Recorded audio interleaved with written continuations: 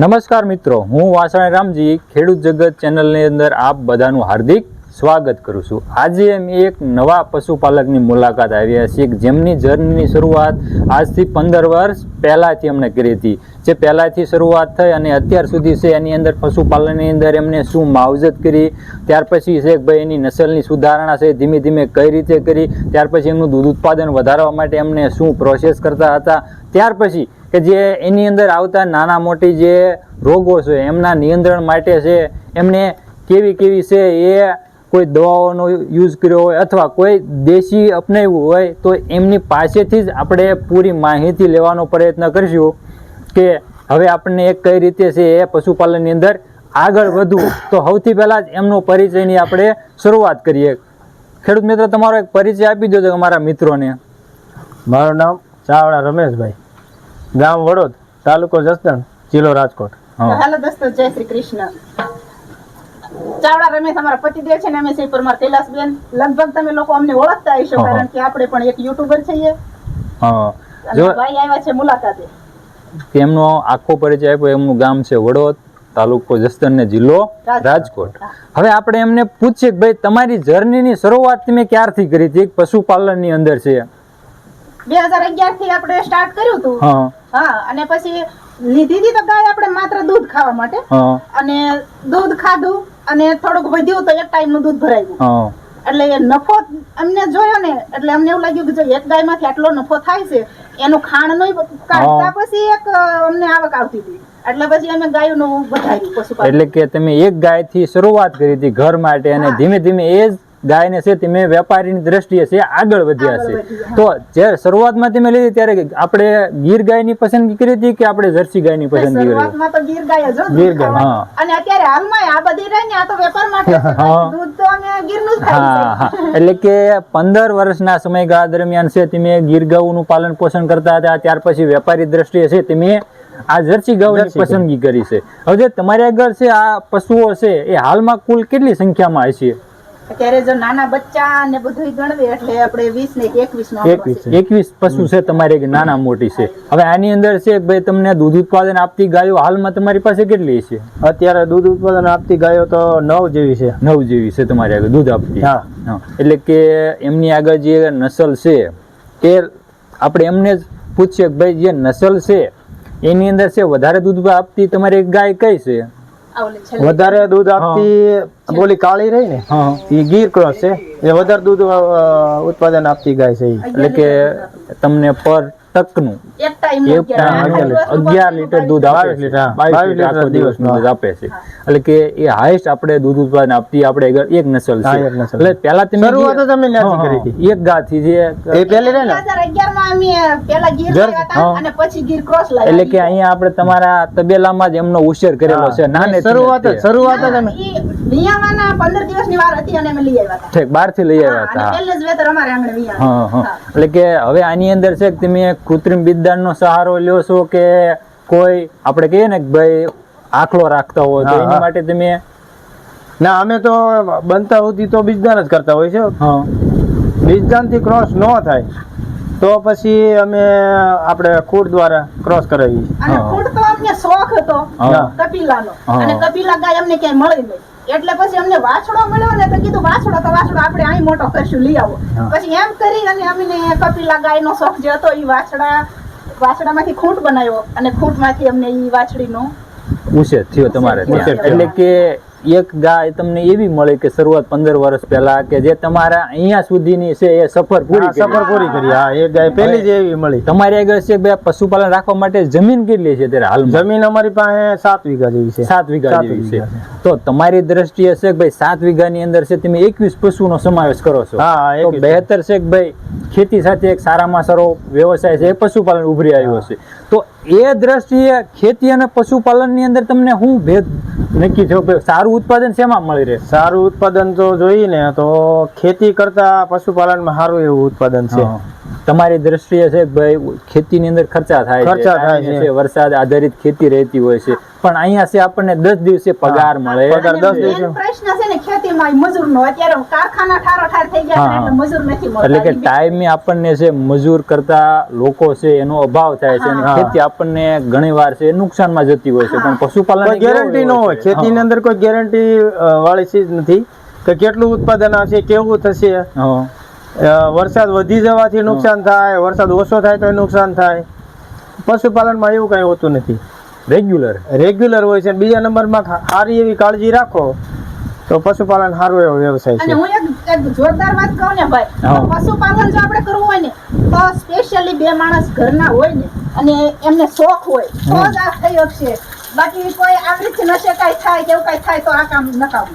એટલે કે પશુપાલન તમે અપનાવો તો એક શોખની દ્રષ્ટિએ અપનાવો તો તમને 100% પ્રોફિટેબલ ધંધો છે સાબિત થાય છે.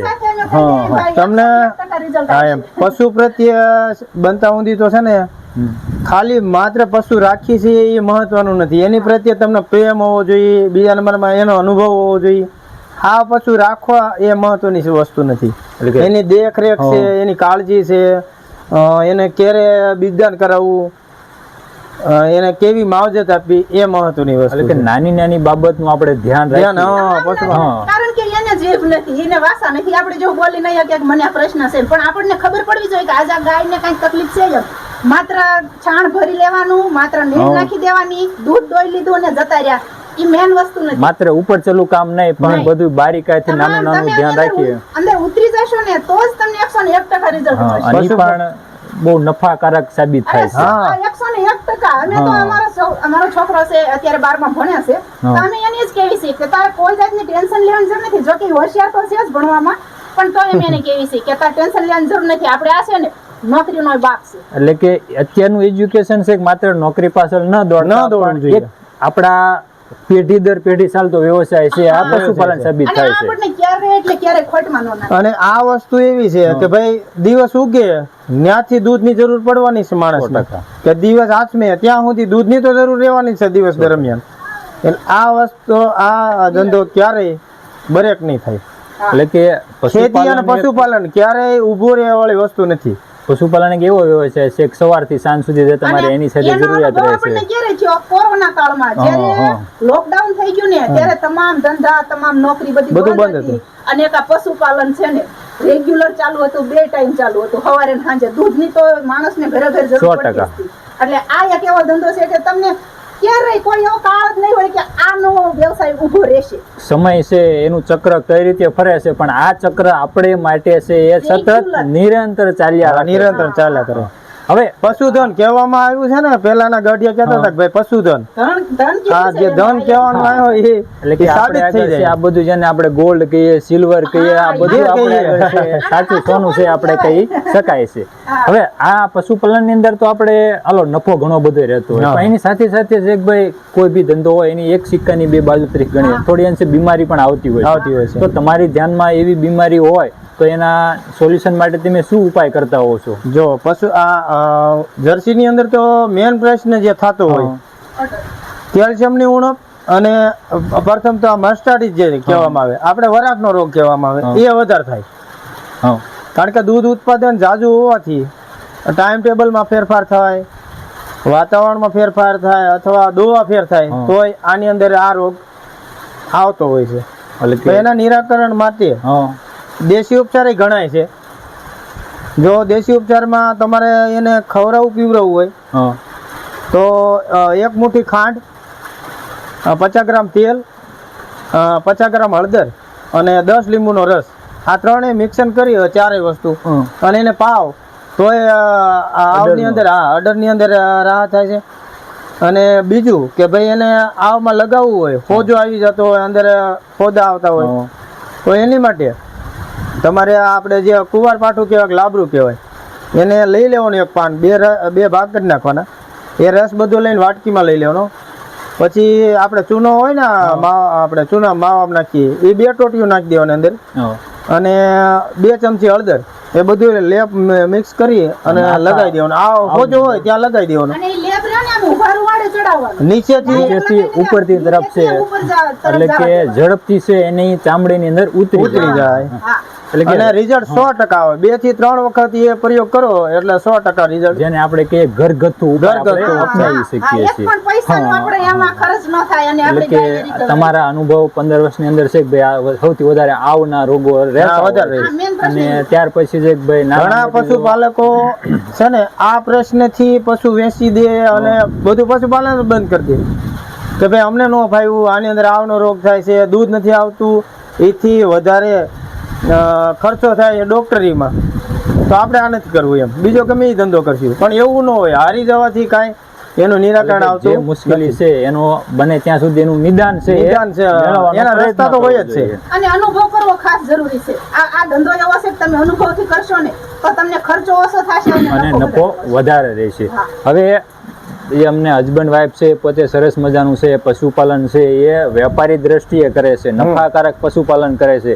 અને કોઈ બી ધંધો હોય તો સડા ઉતાર તો છે અવારનવાર રહેતા જ હોય છે, પણ એમને સરસ મજાનો છે આપણને એમનો અનુભવ શેર કર્યો. અને પોતે એક સરસ મજાનો બુલ પણ રાખે છે જે સૌથી જેને આપણે કહીએ ને કપિલા પ્રજાતિનું છે એને પછી પસંદ કરેલું હતું. અને એ પોતે ઘણીવાર છે એ ઘણા લોકો છે કે એનો એ ડોઝનો યુઝ પણ કરતા હોય છે. અને બંને છે હસબન્ડ વાઈફ છે પોતાની એક સરસ મજાની ચેનલ પણ ચલાવે છે. એમનો પરિચય ભાઈ ફરીવાર આપણે બેન આગળથી જ મેળવીએ.